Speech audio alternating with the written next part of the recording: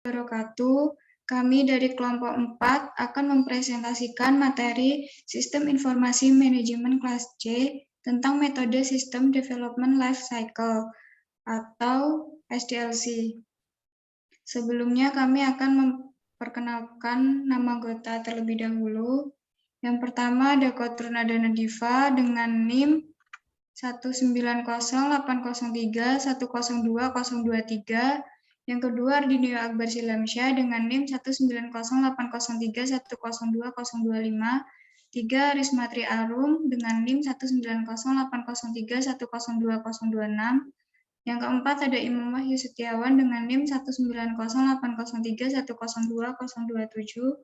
Dan yang terakhir saya sendiri Devina Berlianti dengan NIM 1908031020030.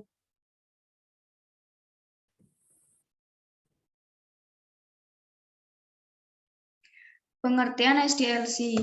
SDLC System Development Life Cycle atau siklus hidup pengembangan sistem dalam rekayasa sistem dan rekayasa perangkat lunak adalah proses pembuatan dan pengubahan sistem serta model dan metodologi yang digunakan untuk mengembangkan sistem-sistem tersebut. Konsep ini umumnya merujuk pada sistem komputer atau informasi. SDLC juga merupakan pola yang diambil untuk mengembangkan sistem perangkat lunak yang terdiri dari tahap-tahap. Yang pertama rencana atau planning, yang kedua analisis, 3 desain, 4 implementasi, dan yang terakhir uji coba. SDLC sendiri menurut Profesor Dr. Sri Mulyani adalah proses logika yang digunakan oleh seorang analisis sistem untuk mengembangkan sebuah sistem informasi yang melibatkan requirements, validation, training, dan pemilik sistem. Dalam arti lain, SDLC adalah siklus atau tahapan yang digunakan dalam pembuatan atau pengembangan suatu sistem informasi agar pengerjaan sistem berjalan secara terstruktur, efektif, dan sesuai dengan tujuan yang diinginkan.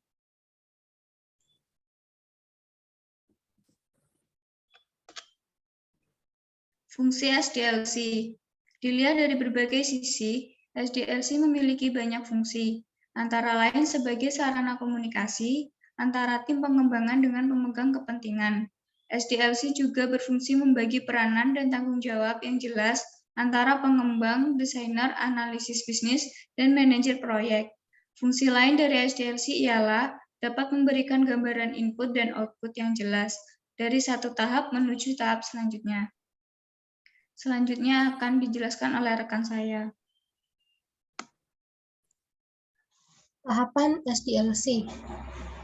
SDLC berisi tahapan-tahapan yang dikembangkan untuk tujuan tertentu. Berikut ini 7 tahapan yang harus dilewati.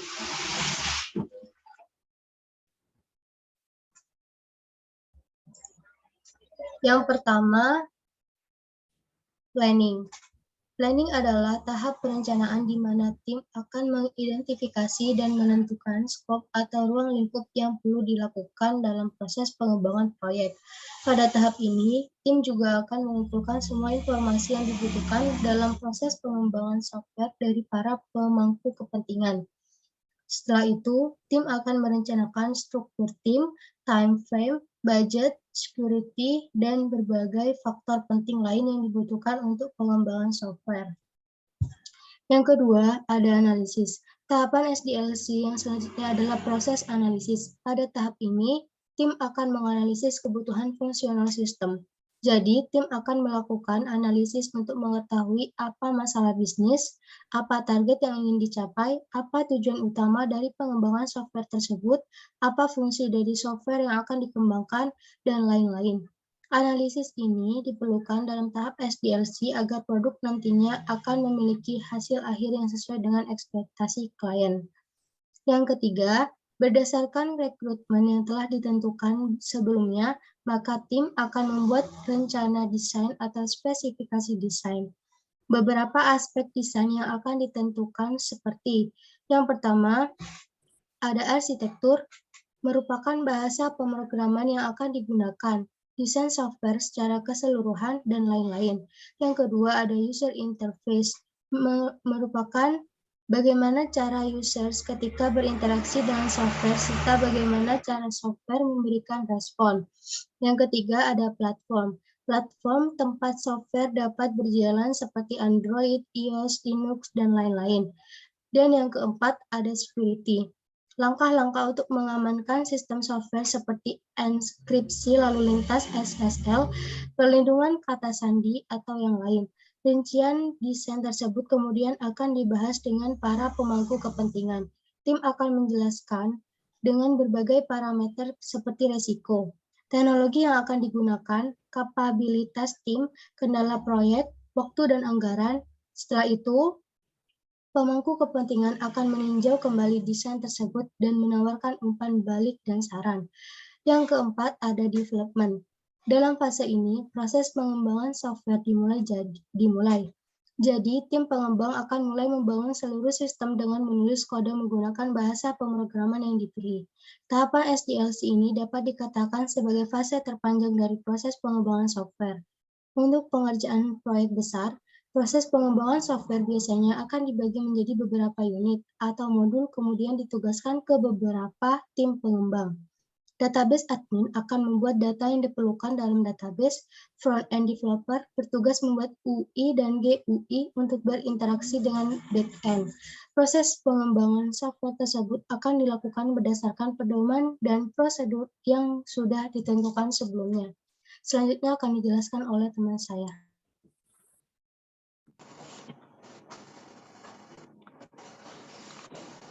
Baik, yang selanjutnya yaitu testing. Tahapan SDLC ini akan melibatkan para software quality assurance untuk melakukan pengujian pada sistem dan menilai apakah software dapat bekerja sesuai dengan fungsionalitas yang diharapkan. Tim quality assurance akan menguji semua area software untuk memastikan bahwa sistem terbatas dari cacat, error, ataupun bug. Jika ternyata masalah ditemukan di dalam software yang dikembangkan, maka tim quality assurance akan menginformasikan dengan tim pengembangan agar perbaikan dapat segera dilakukan. Proses ini berlanjut hingga software benar-benar terbatas dari bug, bekerja stabil, dan berfungsi sesuai harapan. Yang keenam yaitu implementation dan release. Setelah fase pengujian perangkat lunak selesai dan tidak ada bug yang tersisa pada sistem, maka tahap implementation dapat dimulai. Tahap ini biasanya juga disebut sebagai tahap deployment. Tujuan dari tahap ini adalah untuk mendoble perangkat lunak ke lingkungan produksi sehingga user dapat memulai menggunakannya. Fase ini melibatkan penginstalan aktual dari sistem yang baru dikembangkan. Untuk proyek sederhana, contoh deployment seperti menerapkan kode ke server web. Sedangkan untuk proyek pengembangan software berskala besar, deployment akan melibatkan proses integrasi dengan banyak sistem berbeda. Meskipun demikian, banyak perusahaan memiliki agar produk akhir dapat pertama kali dirilis dengan segmen terbatas dan diuji di lingkungan bisnis. Sebelum benar-benar dirilis ke pasar, hal ini juga dilakukan untuk meminimalisir adanya masalah yang ditemukan oleh user setelah produk dirilis ke pasar. Yang ketujuh yaitu maintenance. Tahapan SDLC yang terakhir adalah proses maintenance atau pemeliharaan software. Di tahap ini, tim akan melakukan pemeliharaan sistem dan rutin melakukan pembaruan agar kinerja software tetap dapat optimal. Biasanya beberapa aktivitas maintenance yang dilakukan adalah yang pertama perbaikan bug. Perbaikan bug ketika ada masalah yang dilaporkan. Yang kedua, upgrade sistem. Meningkatkan kinerja software dengan sistem yang lebih baru. Yang ketiga, peningkatan fitur. Menambahkan fitur atau fungsionalitas pada software yang dikembangkan. Baik, yang selanjutnya akan dijelaskan teman saya.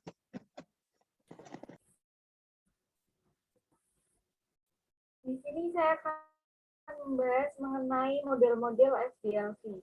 Dalam proses pengembangan software, terdapat beberapa model SDLC yang populer digunakan. Berikut beberapa di antaranya. Yang pertama di sini ada waterfall. Waterfall sendiri adalah salah satu model SDLC tertua. Kerangka kerja ini menekankan untuk terus maju dari satu tahap ke tahap berikutnya. Jadi harus benar-benar menyelesaikan suatu tahap secara sepenuhnya sebelum melanjutkan ke tahap berikutnya. Kerangka kerja ini cocok untuk proyek kecil dengan hasil akhir yang mudah ditentukan dari awal. Namun untuk pengerjaan proyek besar, sebaiknya hindari penggunaan waterfall karena kerangka kerja ini tidak cocok untuk proyek yang kompleks serta tidak fleksibel terhadap perubahan. Kemudian yang kedua ada agile.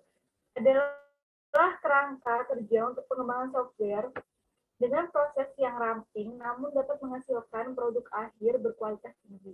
Kerangka kerja ini akan menggunakan urutan kerja inkremental atau berkembang sedikit demi sedikit secara teratur dan iteratif atau berulang. Model SDLC ini membutuhkan tim pengembang yang dapat beradaptasi dengan cepat terhadap perubahan dan cocok untuk pengembangan proyek berskala besar. Beberapa kelebihan dari kerangka kerja ini seperti memungkinkan pengembangan dan pengujian yang cepat, masalah atau bug dapat segera terdeteksi atau diperbaiki, serta mengakomodasikan perubahan atau peningkatan produk dalam proses pengembangan. Dan terakhir ada DevOps. DevOps merupakan gabungan dari dua kata yaitu development dan operation. Kerangka kerja ini adalah kombinasi dari kultur, praktik, serta tools untuk meningkatkan kemampuan perusahaan dalam proses delivery produk dengan kecepatan tinggi. Secara garis besarnya, DevOps akan membentuk kolaborasi yang lebih erat antara tim pengembangan dan tim operasi untuk pengembangan produk. Cara ini dapat membantu perusahaan untuk menyelaraskan orang-orang, proses, dan alat yang digunakan untuk mencapai kepuasan pelanggan. Berikutnya akan dijelaskan oleh teman saya.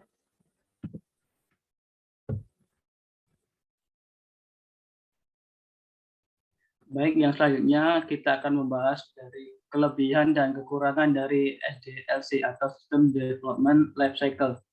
Nah, untuk kelebihannya sendiri, yang pertama itu ada perubahan, tambahan, atau fungsi-fungsi baru dapat dilakukan di tahap selanjutnya jika ada perubahan secara tiba-tiba. Yang kedua, perkiraan biaya menjadi mudah karena pembuatan prototipe dilakukan dalam fragmen-fragmen kecil. Yang ketiga, pengembangan berkelanjutan atau berulang membantu dalam manajemen risiko. Yang keempat, pengembangan cepat dan fitur ditambahkan secara sistematis dalam pengembangan spiral. Yang kelima, selalu ada ruang untuk umpan balik bagi pelanggan. Nah, untuk kekurangannya sendiri, yaitu yang pertama itu ada risiko tidak memenuhi jadwal atau anggaran. Yang kedua, pengembangan spiral bekerja paling baik untuk proyek besar hanya juga menurut keahlian, penilaian resiko. Yang ketiga, untuk kelancaran protokol mode spiral perlu diikuti dengan ketat. Yang keempat, dokumentasi lebih karena memiliki fase menengah. Yang terakhir, pengembangan perangkat lunak spiral tidak disarankan untuk proyek yang lebih kecil karena mungkin menghabiskan banyak biaya. Jadi kesimpulannya yaitu jika kita memiliki rencana untuk mengembangkan sebuah produk digital, baik itu aplikasi maupun dalam bentuk website, maka kita perlu memperhatikan bahwa proses pengembangan yang dilakukan harus mengetahui atau mengikuti salah satu dari model software development life cycle.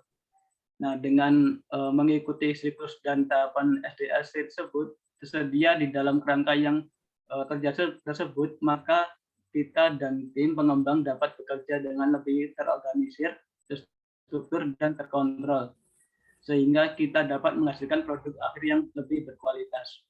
Dalam proses pengembangan aplikasi ataupun website, Logique memilih pengembangan dengan metode agile atau agil. Melihat kondisi teknologi yang terus berubah dan semakin maju, maka metode ini memungkinkan tim developer atau developer untuk beradaptasi dengan cepat. metode ini sangat cocok digunakan jika software dan aplikasi yang kita kembangkan membutuhkan pembaruan atau update secara rutin. Selain itu, Agile Development juga memiliki fokus pada kolaborasi tim yang baik antara klien dan tim pengembang, agar output yang dihasilkan dapat sesuai dengan apa yang diharapkan. Nah, untuk selanjutnya saya kembalikan lagi ke moderator. Baik, itu saja yang dapat kami sampaikan. Semoga bermanfaat. Kurang lebihnya mohon maaf. Wassalamualaikum warahmatullahi wabarakatuh.